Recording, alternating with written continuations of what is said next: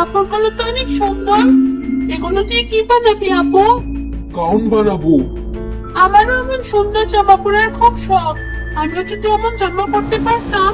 আমার খুব ইচ্ছে আমরা 3 বোন একদিনে সুন্দর সুন্দর জামাগুলো পরে ঘুরে বেড়াবো। মা বাবা মারা যাওয়ার পর আমরা 3 বোনই এতিম হয়ে গেছি। আমি টুকিটাকি সেলাই করে আর মেজো বাচ্চাদেরকে পরিয়ে যা পাই তা দিয়ে কোনো রকমে আমাদের সংসার চলে।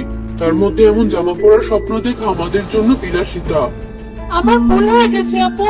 আমি আর দামি জামার কথা বলবো না।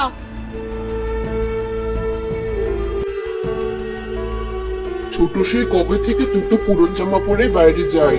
ওর ঘরের জামাগুলোতেও কতবার তালি লাগানো হয়েছে হিসেব নেই। যেভাবেই হোক ছোটর জন্মদিনে এবার আমি ওকে একটা নতুন জামা দেব। কাপড়গুলো কাটা শেষ হলে দোকানে গিয়ে দেখি ওই জামাগুলোর দাম কেমন।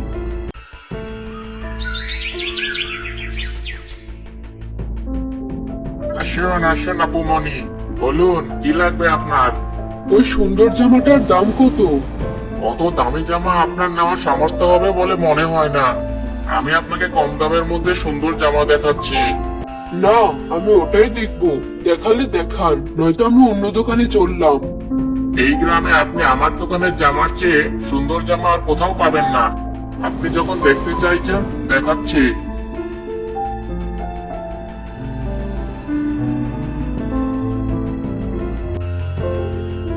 আসলে জামাটা দেখতে অনেক সুন্দর, সেলাই আর কাপড়টাও অনেক ভালো। এই জামার দাম কত ভাই?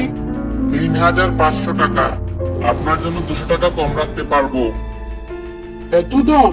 আপনি জামাটা রেখে দিন আগের জায়গায়। আপনাকে আগেই বলেছিলাম এই জামা কিনতে পারবেন না, শুধু শুধু আমার সময় নষ্ট করলেন।